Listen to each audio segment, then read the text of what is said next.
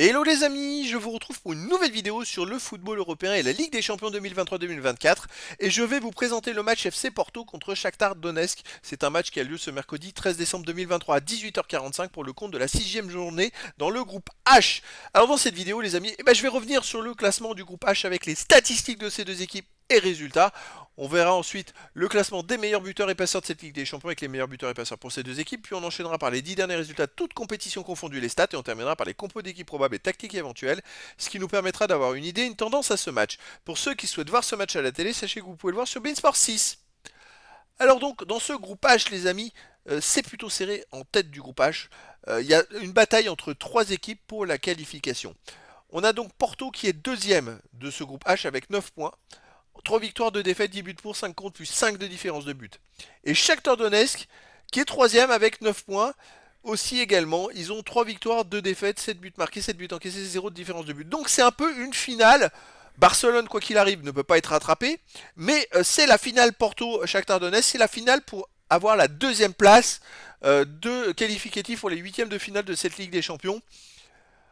Le perdant de ce duel sera reversé en UEFA Europa League, donc il n'aura pas tout perdu non plus.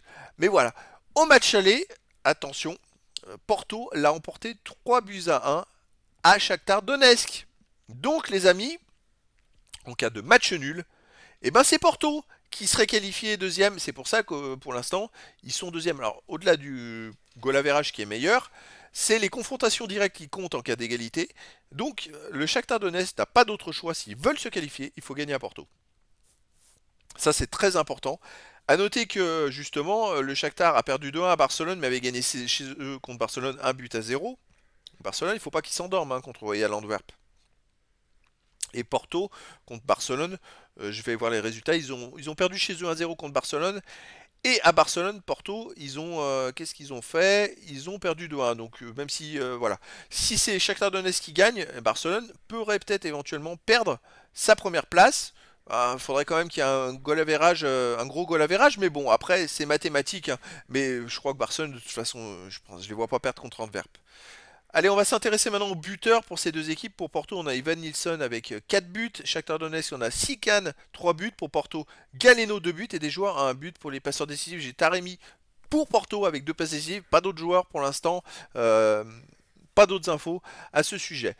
Au niveau des 10 derniers matchs joués pour Porto, c'est 7 victoires, aucun nul, 3 défaites. 22 buts pour, 9 contre, plus 13 de différence de but. Porto perd quand même pas mal de matchs, hein. Alors chez eux, il reste sur une victoire contre Casapia, 3 buts à 1. Une victoire contre Montalegre 4-0, une victoire contre Antwerp justement en Ligue des Champions 2-0, une défaite contre Estoril 1-0, donc voilà, ils ne sont pas totalement fiables chez eux. Shakhtar Donetsk sur les 10 derniers matchs, c'est 6 victoires, 1 nul, 3 défaites, 13 buts pour, 8 contre, plus 5 de différence de but. Alors là, par contre, ils viennent d'enchaîner 4 matchs de suite à domicile, ils n'ont pas joué à l'extérieur. À l'extérieur, c'était un match amical Ruk-Viniski, mais je suis pas sûr que ce soit vraiment à l'extérieur, où ils ont perdu 3-1. Mais sinon, à l'extérieur, ils ont gagné au Dynamo de Kiev 1-0, ils ont gagné à Victoria Sumi 3-0, et ils avaient perdu à Barcelone 2 buts à 1. Mais je pense que c'est pas la même équipe qu'au début de saison, quand ils ont pris chez eux, ils ont perdu 3-1 contre Porto. C'est plus la même équipe, donc je suis pas si sûr que ça qu'ils soient se balloter à Porto. Au niveau des compos d'équipe et tactique.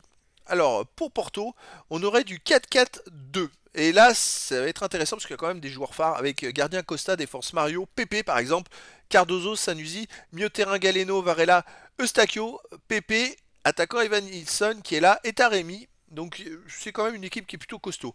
Shakhtar Donetsk, de son côté, ça serait du 4-1-4-1 avec gardien Riznik, défense Azarovi, Matiyenko, Bondar, Gosholevchivili, milieu de terrain défensif Stepanenko, milieu offensif et Elie Werton, Zudakov, Kriv, Zubkov et attaquant Sikan. Donc voilà les amis, le décor est planté entre ces deux équipes. Porto, si Porto veut se qualifier pour les huitièmes de finale, il ne faut pas perdre. Un match nul, ça suffit pour la qualification. Par contre, le Shakhtar Donetsk n'a pas d'autre choix que de gagner à Porto s'ils veulent être en huitième de finale. Donc les amis, je vous donne rendez-vous ce mercredi 13 décembre 2023 à 18h45 pour le match de la sixième journée du groupe H dans la Ligue des Champions 2023-2024. Le FC Porto, qui est donc deuxième du groupe H, reçoit le Shakhtar Donetsk, qui est troisième. Voilà les amis, je vous dis à très bientôt pour une nouvelle vidéo.